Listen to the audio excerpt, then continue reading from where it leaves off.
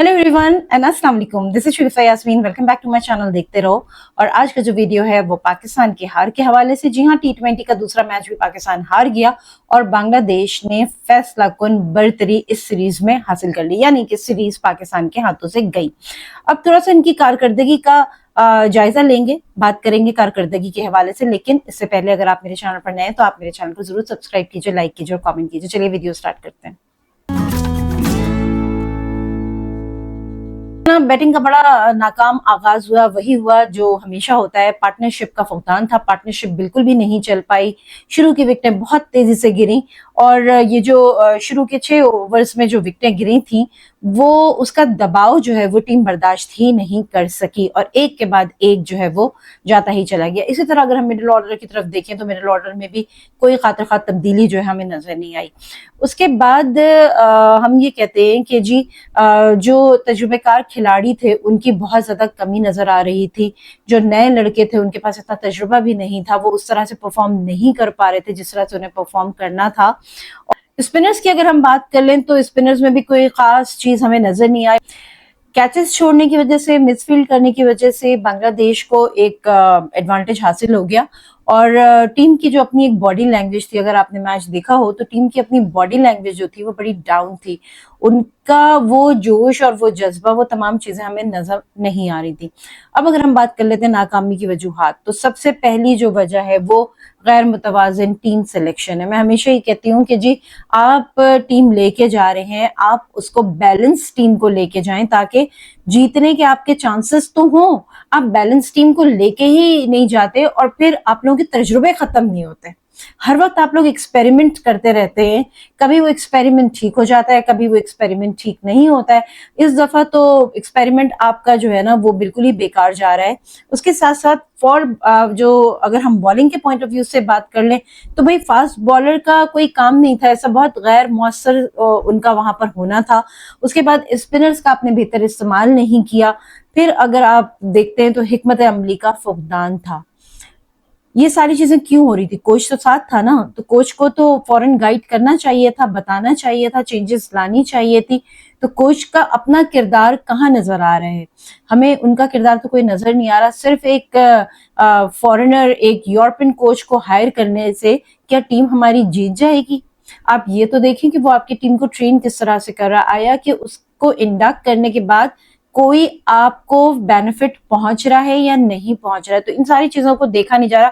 Team plan और game sense वो नजर नहीं आ रहा था कि आपको किस तरह से खेलना। ठीक है, बांग्लादेश को थोड़ा सा एडवांटेज हासिल था बिकॉज वो होम ग्राउंड पे थे, लेकिन ऐसा नहीं था कि आप लोग जो है वो अच्छा परफॉर्म नहीं कर सकते थे। पहले मैच के बनिस्बत आज आप लोगों ने थोड़ा बेहतर खेला था, लेकिन बहरहाल हार आपके मुकद्दर में लिखी हुई थी, इसलिए वो हार हो गई।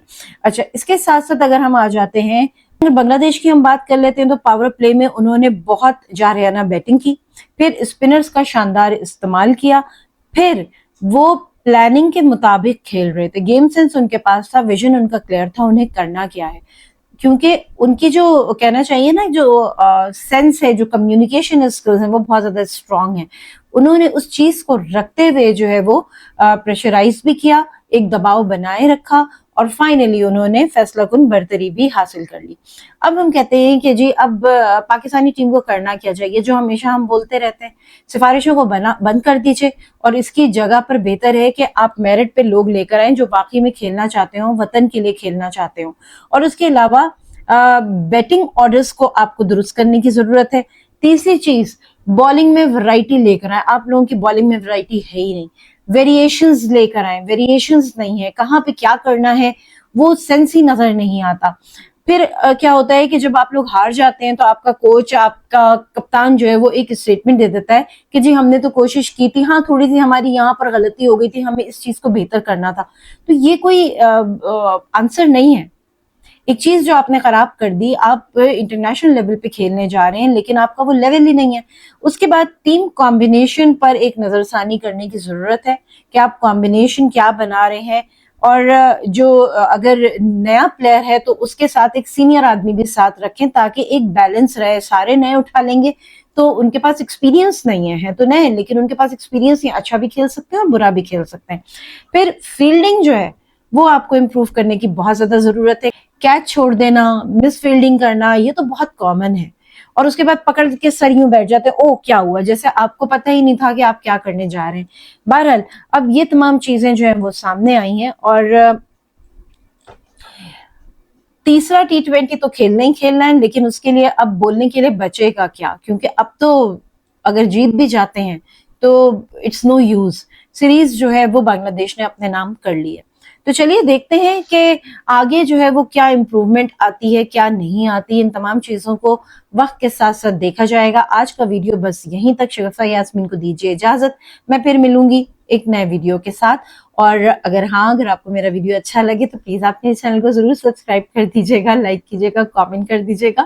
اور اس کے ساتھ ساتھ میرا فیس بک کا پیج بھی ہے, پروفائل بھی ہے, آپ بالکل اس کو فالو کر سکتے ہیں کیونکہ پبلکلی اٹ از اوپن, اور آپ وہاں پر دیگر جو ایکٹیویٹیز ہیں ان کو بھی دیکھ سکتے ہیں. اس کے علاوہ واٹس ایپ کا چینل بھی ہے, وہاں پہ بھی آپ جا سکتے ہیں, انسٹاگرام بھی, اور یہ تمام کی تمام چیزیں جو ڈسکرپشن باکس میں میں نے ان کا لنک دے دیا. آپ چاہیں تو بالکل آپ مجھے وہاں پر بھی جوائن کر سکتے ہیں. اس کے ساتھ ہی شگفتہ یاسمین کو دیجیے اجازت. اپنا بہت خیال رکھیے گا, دیکھتے رہو کہ دیکھنا ضروری ہے. خدا حافظ.